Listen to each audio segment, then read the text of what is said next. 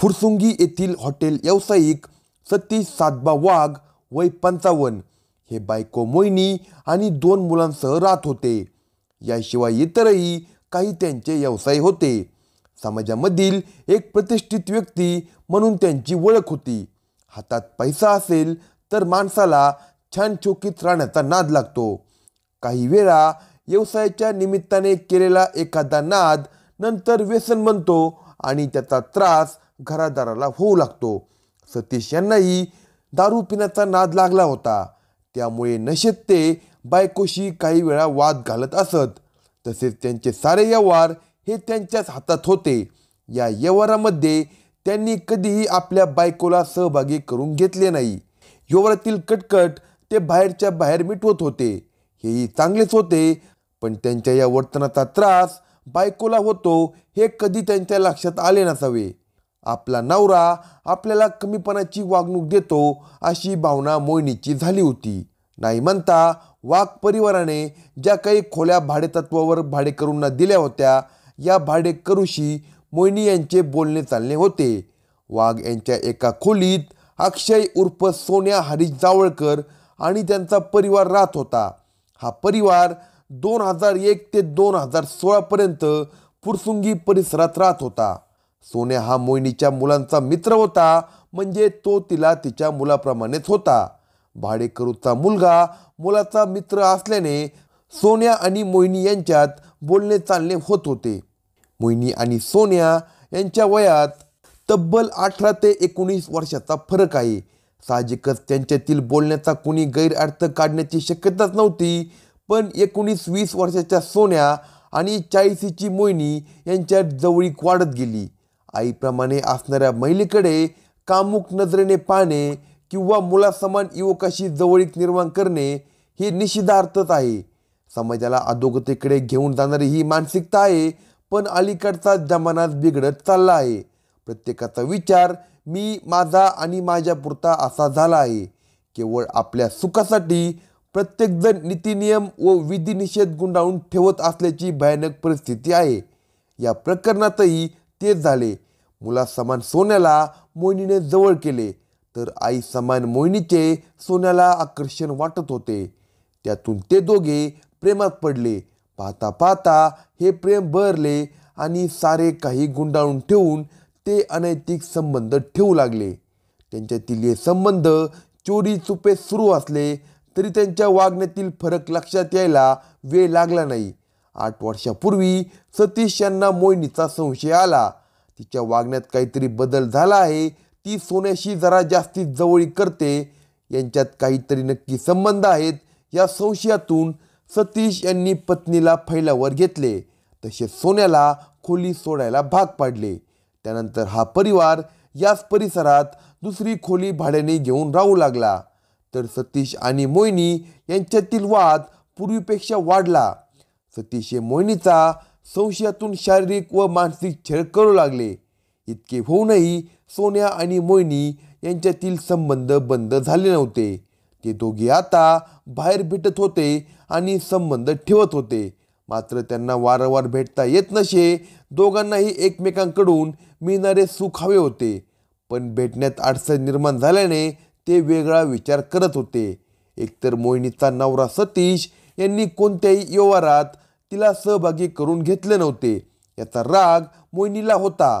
वाघ परिवाराकडे भरपूर पैसा होता, मात्र त्यावर मोहिनीचा काही हक्क नसल्यामुळे हा व्यवहार आपल्या हाती यावा अशी मोहिनीची इच्छा होती. त्यातच सोन्यापासून मिळणारे सुख आता बंद झाले होते. या दोन्हीमध्ये सतीश यांचाच अडसर होता. ते बाजूला झाले तर व्यवहार तिच्या हाती येणार होता आणि सोन्याशी प्रेमसंबंधही कायम राहणार होते. हा विचार ती प्रियकर सोन्याला बोलून दाखवत होती. ती सांगायची, नवरा सतीश वागला अशी अद्दल घडव की तो घरामध्ये अंथरुणावर खिळून राहिला पाहिजे. तो मला खूप त्रास देतो. सगळे व्यवहार तोच पाहतो. पैसा पाणी त्याचा तो खर्च करतो. हे नेहमीच तिचे सुरू होते. एक दिवशी ती सोन्याला म्हणाली, मी तुला 5 लाख रुपये देते, तू काहीतरी कर. तिचे म्हणणे त्यालाही पटले. त्याने त्याच्या ओळखीच्या पवनकुमार शर्मा याला 5 लाख रुपयांची सुपारी दिली आणि सतीश यांना मारण्याचा प्लॅन केला. सतीश यांना बेदम मारहाण करून अपंग करायचे असा प्लॅन आखून ते गेले. पण सतीश यांच्यावर हल्ला करणे जमले नाही. त्यानंतर पुन्हा नवीन प्लॅन करून सोमवार दिनांक 9 डिसेंबर 2024चा दिवस निश्चित करण्यात आला. पवनने या कटात नवनाथ, आतिश आणि विकास यांना सहभागी केले.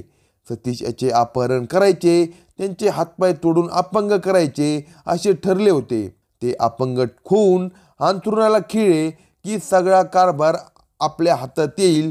आपण कारभार सांभाळू, सोन्याबरोबरचे प्रेमसंबंधही सुरळीत राहतील आणि पतीकडून होणारा त्रास कमी होईल, असा मोहिनीचा प्लॅन होता.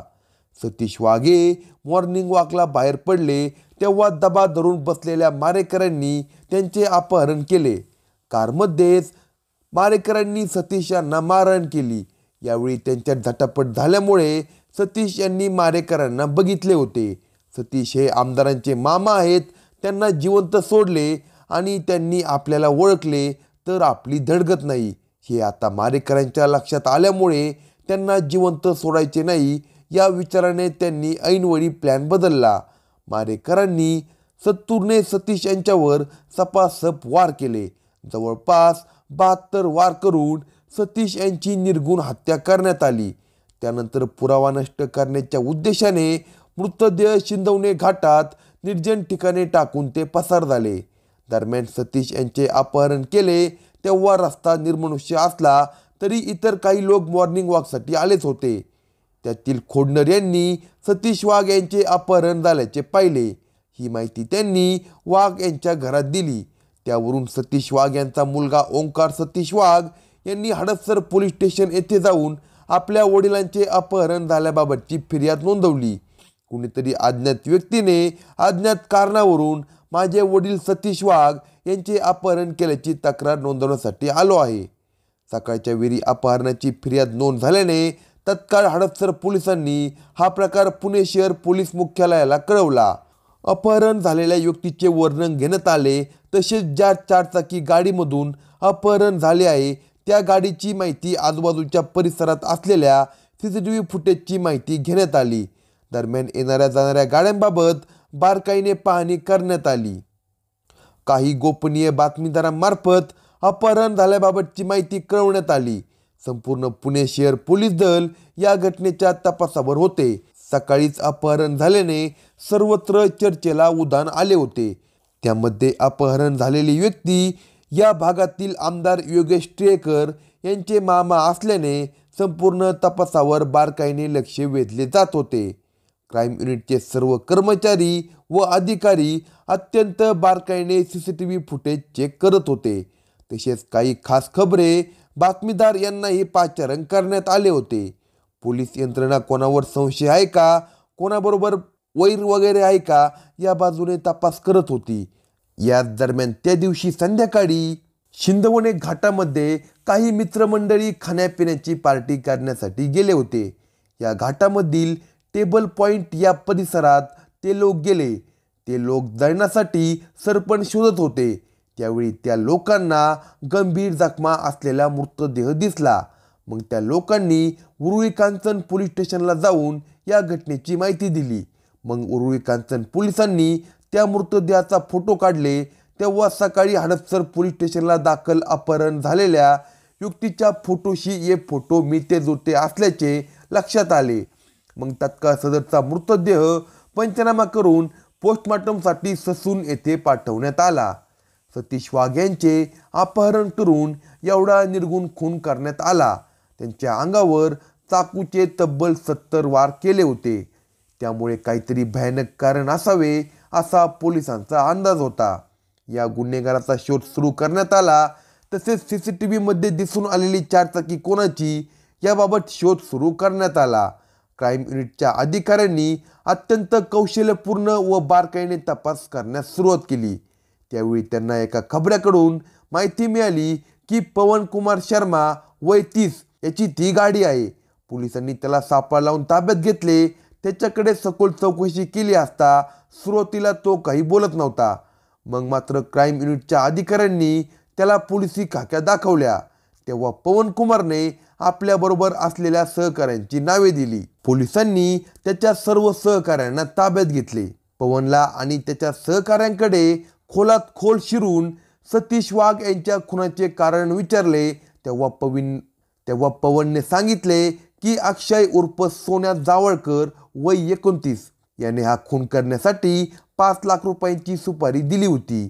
एवढी माहिती मिळताच अक्षय उर्फ सोन्या जावळकरला ताब्यात घेतले. त्याच्याकडे चौकशी सुरू केली पण तो काही बोलतच नव्हता. मग त्याला क्राईमच्या पोलिसांनी आपला हिसका दाखवला आणि तो बोलू लागला.